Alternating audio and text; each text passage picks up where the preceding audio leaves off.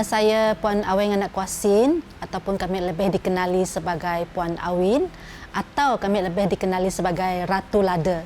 Okey, saya berasal daripada Kampung Beratan, berumur 45 tahun. Perniagaan saya adalah kami merupakan pemborong, pengeluar dan pengekspor lada hitam Sarawak. Dan untuk pengetahuan semua, saya merupakan wanita bidayuh Dayak yang pertama yang mempunyai lesen untuk mengekspor lada hitam ke luar negara. Sebelum ni saya adalah seorang anak pekebun lada. Ibu bapa saya memang menanam lada daripada kecil dan pada masa itu memang hakikatnya saya tak suka lada. Pernah orang kata dulu benci tapi sekarang menjadi sayang, di mana zaman kanak-kanak kita rasa macam ibu bapa kita paksa untuk kami pergi ke kebun. Namun tanpa disedari, lada ni jugalah yang telah membesarkan ahli keluarga kami sehinggalah kami dapat belajar sampai ke Menara Gading. Kerana lada ni jugalah kami orang telah mempunyai perniagaan yang harus dibanggakan. Hari ini saya merupakan seorang pengeluar, pengekspor lada suku Dayak. Bagi saya sebagai seorang usahawan ataupun seorang peniaga, saya memang tidak pernah berhenti untuk belajar. Daripada permulaan kami mengeluarkan produk lada ini sehinggalah pada saat ini saya masih lagi berguru dengan mentor. Pada masa itu saya masih ingat 6 tahun yang dahulu saya hanya ada sebotol lada di tangan, tapi saya tak tahu bagaimana harus saya memasarkan lada ini dalam standard yang telah ditetapkan oleh pihak pembeli. Jadi masa tu saya sudah mula untuk masuk kelas-kelas yang telah dianjurkan oleh pihak-pihak agensi. Pada masa tu saya membuat keputusanlah untuk masuk ke kelas pembangunan produk. Saya masih ingat lagi, dan daripada situ saya boleh lihat satu demi satu pencapaian yang dapat kami lihat pada hari ini, di mana daripada sebotol lada tu, hari ini kami telah mempunyai botol lada dan packaging lada yang sangat menarik. Dengan belajar, kita boleh menaikkan kita punya taraf kehidupan, dan jika kita ingin menjadi seorang international player yang di mana kita nak bersaing dengan pihak luar, kalau kita setakat di tahap pemain kampung dan tanpa belajar, kita tak boleh nak pergi jauh. Saya rasa bangga di mana dalam saya menjalankan perniagaan, dalam rezeki saya terselit sebenarnya rezeki orang lain. Seperti dalam kami berurusan dengan komuniti ataupun pekebun-pekebun kampung, kami banyak membantu mereka untuk memborong lada daripada mereka dengan harga yang berpatutan, dan dalam masa yang sama kami juga cuba untuk memberi perkhidmatan yang baik kepada pekebun-pekebun lada. Kami juga telah banyak membantu usahawan-usahawan hanya dengan menjualkan produk lada, mereka boleh mendapat pendapatan yang tetap setiap bulan dengan menjadi dropship syarikat kami. Kami telah mempunyai lebih kurang 4,000 orang dropship yang hanya menjual produk lada daripada rumah. Pertama, kami pernah mendapat anugerah Malaysia Top Achiever pada tahun 2019, di mana saya adalah satu-satunya wanita Dayak yang telah terpilih untuk menjadi pemenang anugerah itu. Dan kami juga telah memenangi usahawan contoh daripada pihak MARA, dan salah satu pencapaian yang juga menjadi kebanggaan kami adalah kami telah mendapat anugerah usahawan kreatif dan inovatif pada tahun 2020.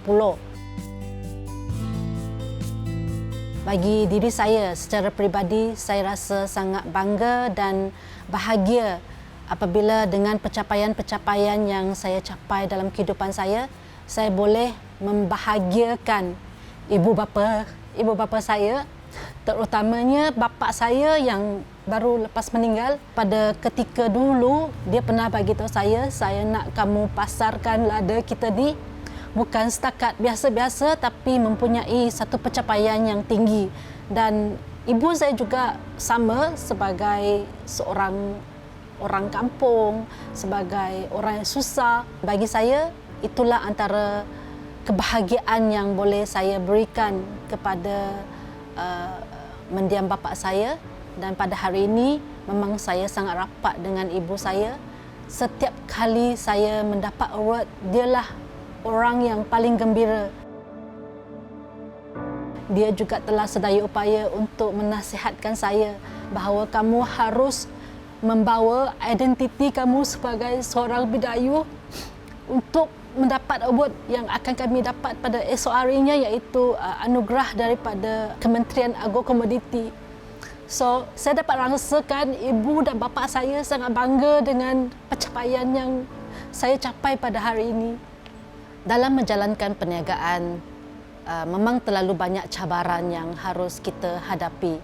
Dan sebagai seorang wanita, sebagai seorang pemain industri yang bukan daripada sektor wanita, contohnya sektor lada ataupun perniagaan lada ni kebanyakan dimonopoli oleh kaum yang lelaki, bukan wanita. Saya terpaksa bersaing dengan mereka yang telah lama dalam sektor lada ini. Dan cabaran yang kedua apabila saya cuba untuk pergi ke luar negara,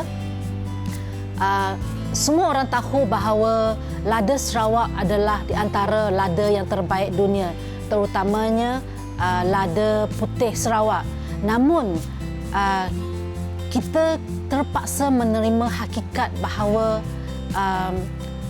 lada ni adalah produk komoditi dan kita terpaksa bersaing dengan pengeluar-pengeluar lada daripada negara yang lain seperti Vietnam, Cambodia dan India, di mana harga pasaran ataupun harga lada mereka lebih murah dibandingkan dengan lada Sarawak. Saya juga mempunyai kekangan dalam kemahiran teknikal, di mana amat suka untuk saya memahami dunia mesin-mesin lah, seperti yang kamu orang lihat di belakang ini. Namun halangan-halangan ataupun cabaran-cabaran ini tidak pernah mematahkan semangat saya, kerana bagi saya kita harus berani dalam mengambil risiko untuk memastikan kita boleh bersaing secara sihat dengan sektor luar lah.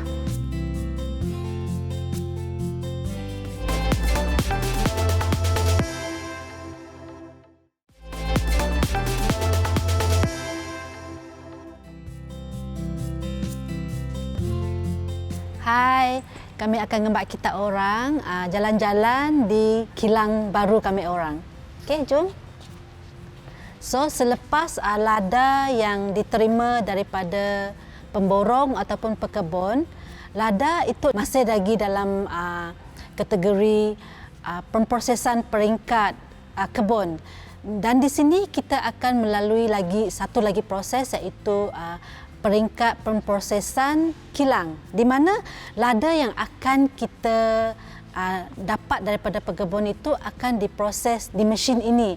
Mesin ini adalah mesin untuk mengasingkan benda-benda asing daripada biji lada tadi itu, iaitu contohnya batu ataupun tangkai-tangkai lada yang tidak terpakai lah. So mesin ini akan membuang segala bahan-bahan asing yang ada dalam biji lada kita. Nanti biji lada yang bersih, biji lada yang bersih akan keluar daripada sini dan benda-benda asing akan keluar daripada terowong ini sehingga keluar. Seterusnya selepas pengasingan lada, lada yang berkualiti itu akan dimasukkan ke dalam mesin, iaitu kami menggunakan teknologi infrared untuk membunuh kuman-kuman yang ada dalam biji lada itu. So, ini adalah lada yang sudah diproses dan telah bersihlah untuk kita masukkan dalam mesin grinding untuk kita kisarkan.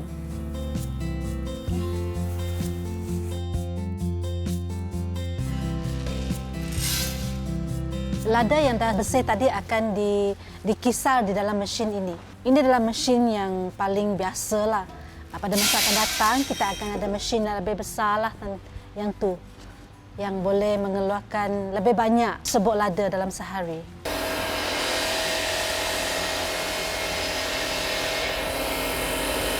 Ini adalah sebok lada kasar yang telah kita kisarlah. Ini dibuat daripada lada hitam, lada hitam, sebok lada kasar. Dan biasanya mereka yang membuat masakan western akan menggunakan lada hitam kasar ini. So sebok lada ataupun crack yang telah kita buat tadi tu akan kita botolkan ke dalam botol 40 gram ataupun 80 gram.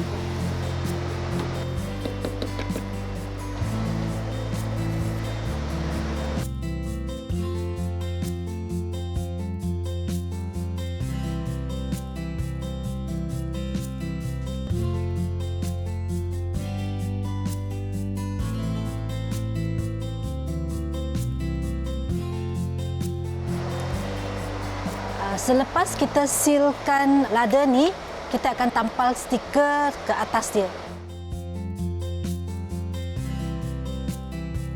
Pembelajaran terus adalah pelaburan ataupun investment yang paling bernilai. Dengan belajar, barulah kita boleh menjadi seorang yang lagi hebat. Ataupun the more you learn, the more you will earn. Jadi bagi saya ataupun penonton-penonton semua, janganlah berhenti belajar. Jika kita mahu berjaya dalam perniagaan ataupun dalam apa juga bidang yang kita ceburi, kita haruslah mempunyai minat yang sangat mendalam. Kerana dengan adanya minat yang sangat mendalam tu, dia boleh pushkan kita ataupun menolak kita ke arah kejayaan.